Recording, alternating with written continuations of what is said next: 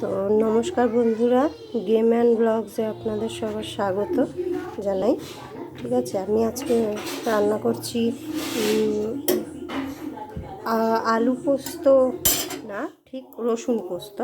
তো আমি এখানে আমার রসুন ছোট ছোট, তাই আমি এখানে 7 টুকরো রসুন কুচিয়ে নিয়েছি, এখানে পেঁয়াজ কুচানো, আর এখানে এই যে দুটো আলু ছোট ছোট করে এই দেখুন কেটে নিয়েছি। আর এতে লাগছে, আমি এতে পোস্ত, একটুখানি নুন আর কাঁচা লঙ্কা দিয়ে পেস্ট করে নিয়েছি। ঠিক আছে, আর লাগছে নুন, হলুদ আর কালো জিরা। ঠিক আছে, তো আমি আগে তেল দিচ্ছি, একটু বেশি তেল দেবেন। ঠিক আছে, দেখুন একটু বেশি তেল দেবেন, কারণ আমাদের এই যে আলুটা এটা পুরোটা সিদ্ধ হবে আপনার ইয়েতে, তেলেই সিদ্ধ হবে। আমরা এতে আর জল ইউজ করব না। ঠিক আছে, তো দেখুন আমাদের তেল এক্ষুনি গরম হয়ে যাবে।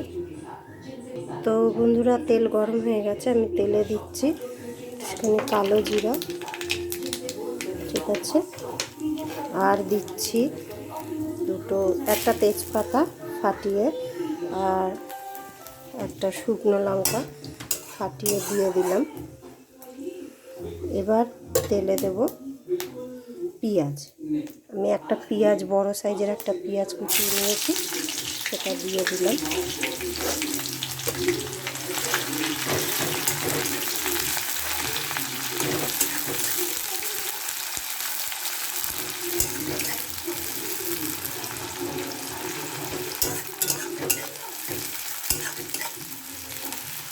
তো গ্যাসের ফ্লেমটাকে সবসময় আপনারা চাইবেন লো করে রান্না করতে। লো করে রান্না করলে তাহলে সব জিনিসেরই স্বাদটা খুব ভালো পাওয়া যায়।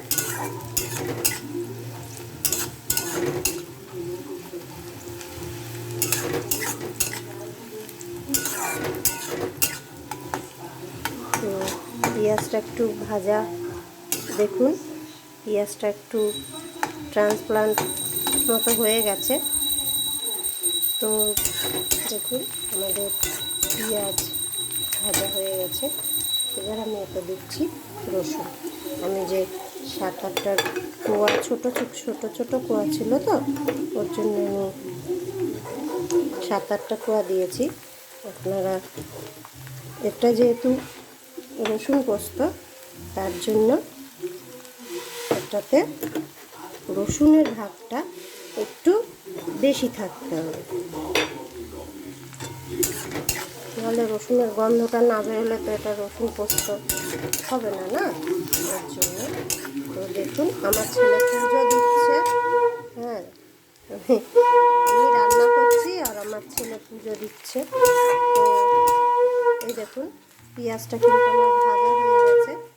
আমি এবার এতে এই যে দুটো বড় সাইজের আলু আমি কেটে নিয়েছিলাম, সেই আলুটা এতে দিয়ে দিই।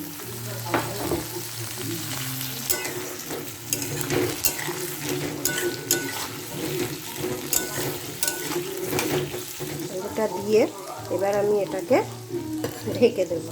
ঢেকে দিয়ে এটা আস্তে আস্তে ভাজা মতো করতে হবে। ঢেকে দিচ্ছি আমি, ঢেকে দিয়েছি। তো বন্ধুরা দেখুন, দেখুন এটা ভাজা ভাজা মতো। আর এই ভিতর থেকে যে রসুনের একটা গন্ধ বেরোচ্ছে বন্ধুরা, আপনাদের কি বলবো, এত সুন্দর।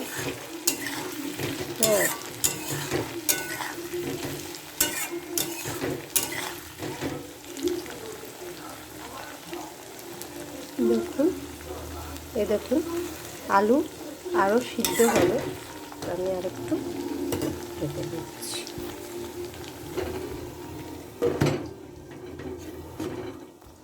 তো বন্ধুরা, আমি আবার একটু দেখিয়ে দিই। দেখুন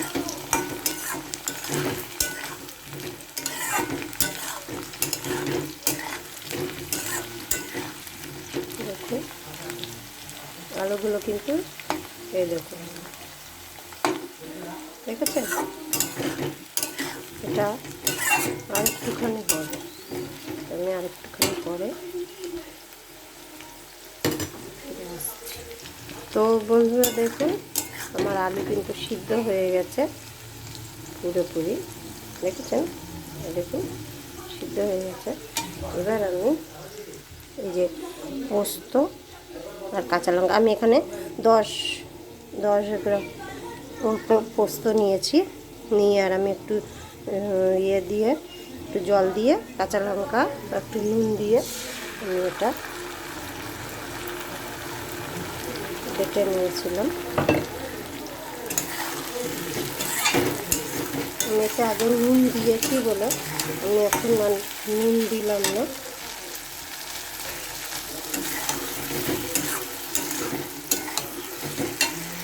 তো বন্ধুরা দেখুন, এতে কিন্তু আপনারা হলুদ কিছু দেবেন না, পোস্ততে হলুদ আমি দিই না, অনেকে দেয়, আবার অনেকে দেয়ও না।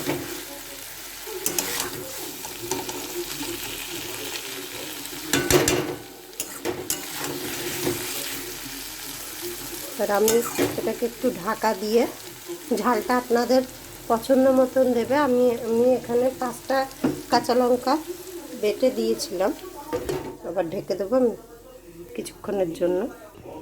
তো বন্ধুরা আমি ফিরে এসেছি, দেখুন আমাদের পোস্ত, আলু পোস্ত, ওই রসুন পোস্ত একদম তৈরি হয়ে গেছে।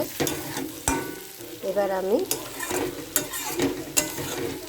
গ্যাসের ফ্লেমটা বন্ধ করে দিয়ে, আমি আবারও বলছি, ঝালটা আপনাদের পছন্দ মতন দেবেন, ঠিক আছে?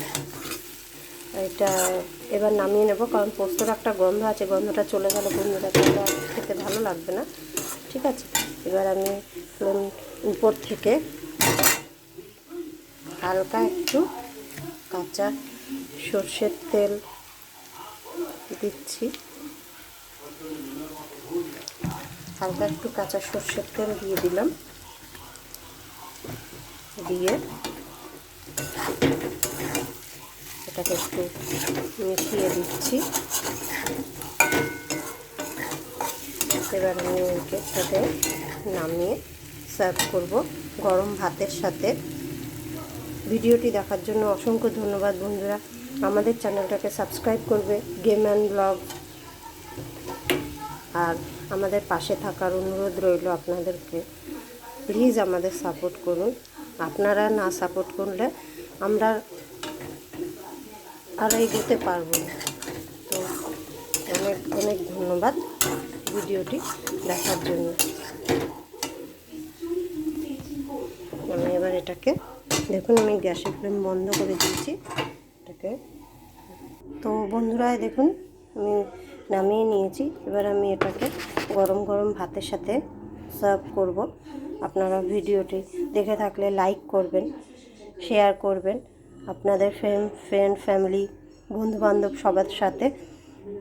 অসংখ্য ধন্যবাদ ভিডিওটি দেখার জন্য।